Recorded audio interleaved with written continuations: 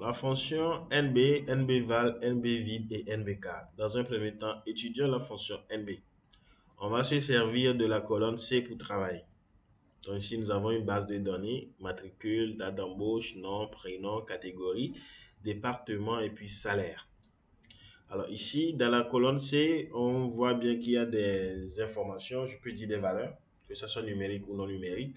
Et il y a même des informations totalement vides, ça veut dire des cellules totalement vides, je veux dire. Alors ici, on nous dit de calculer le nombre de cellules contenant des nombres numériques. Bon, une valeur numérique. Parce que si déjà, si on dit nombre, c'est numérique. Donc ici, je fais égal. On y va ensemble. NB. Ici, déjà, quand vous sélectionnez NB, vous allez voir que ça va vous sélectionner NB. Et d'habitude, dans la définition, il dit détermine le nombre de cellules d'une plage contenant des nombres. C'est ce qu'on doit. Voilà. Voilà. Donc, je double-clique. Et puis, je vais juste sélectionner la colonne C. Voilà. Comme ceci. Une fois que c'est fait, je fais juste entrer. Il me dit qu'il y a 13 nombres. Ce qui veut dire quelque part qu'il n'a pas compté RT1. RT1 ici, ce n'est pas du nombre. C'est du alphanumérique. Ce n'est pas du nombre. Ici, AA, ce n'est pas du nombre. AA2 aussi, ce n'est pas du nombre. Le vide n'est pas du nombre. Donc, il n'a pas compté tout cela. Si je sélectionne tout ceci, vous allez vérifier en bas ici, il vous dit quoi? Il vous dit en réalité qu'il y a quoi? NB, c'est-à-dire le nombre d'éléments non vides. Et ici, c'est 16. À ce niveau, non vide. Hein? C'est-à-dire que ici, il a utilisé quelle fonction? C'est la fonction NBVal. C'est-à-dire et le numérique et le non numérique. Ce qui n'a pas inclus la partie vide. C'est bon? Donc ici, nous avons 16 éléments. Si on compte, je crois que ça doit être ça. 1, 2, 3, 4, 5, 6, 7, 8, 9, 10, 11, 12, 13, 14, 15, 16, 17, 18.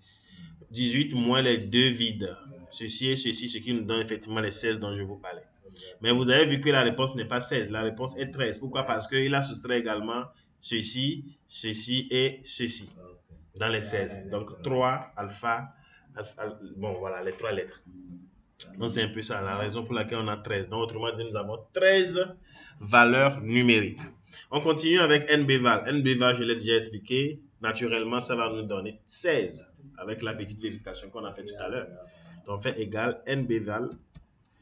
Lui, il fait quoi? Il calcule tout simplement le nombre de cellules contenant une valeur.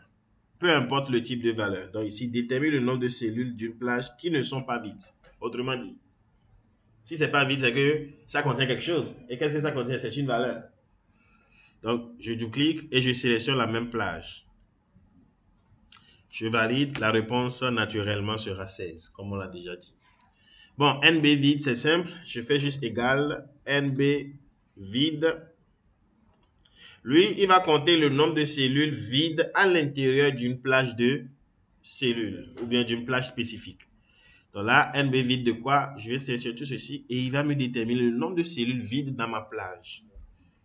Voilà, je sais en même temps qu'il y a 2 lignes ou bien 2 cellules vides. Et pour terminer, NBCar. Bon, le NBCar, ça, lui, compte le nombre de caractères. Vous allez dire, mais quand est-ce qu'on peut utiliser ceci? Oui, on peut l'utiliser. Ça dépend de ce que vous êtes en train de faire. Vous voyez un peu. Si par exemple, dans cette cellule, regardez un peu, hein, je vais essayer de, comment on dit, d'embellir un peu ma petite fonction avec une autre fonction à côté. Regardez. Ici, je vais mettre si.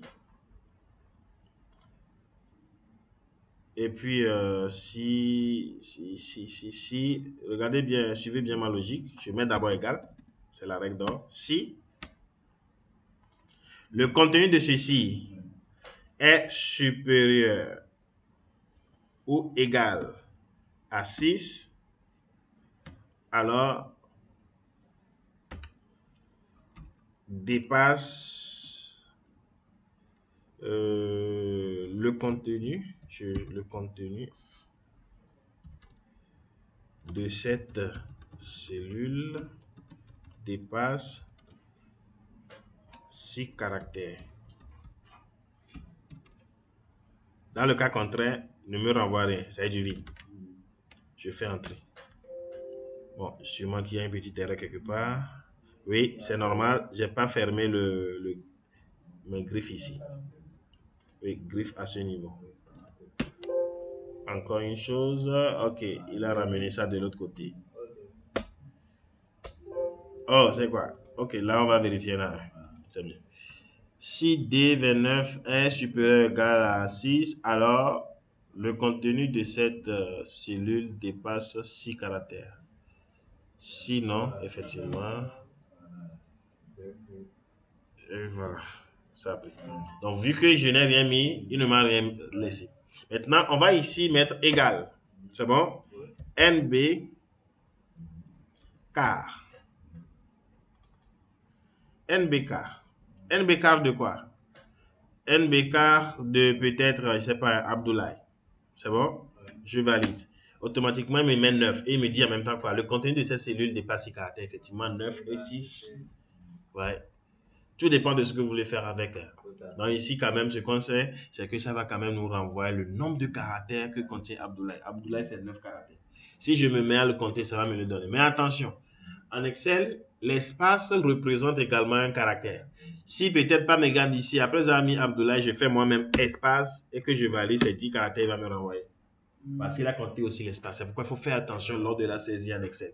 N'ajoutez pas au hasard ou bien comme vous voulez les espaces, non. Souvent, je constate certains le faire. Quand ils finissent de saisir, ils mettent toujours espace. Je ne sais pas pourquoi. Je n'ai jamais compris. C'est le réflexe. Ça, ils finissent et puis ils font... Donc ça, il faut faire très attention, surtout si vous allez utiliser le contenu des cellules, un peu comme ce qu'on vient de faire. Ça risque de fausser vos données. Ici, pour le NBK, c'est juste sur une cellule. Juste une cellule, exactement. C'est juste sur une cellule. Ça ne... Oui. Voilà. C'est juste sur une cellule. Donc voilà.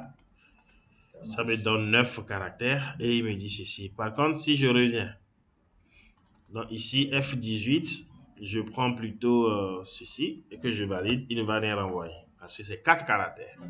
Donc ça, c'est juste, ceci n'est pas important pour ce que je suis en train de faire, mais c'est juste pour mieux expliquer, pour que vous puissiez voir à peu près ce que ça peut faire.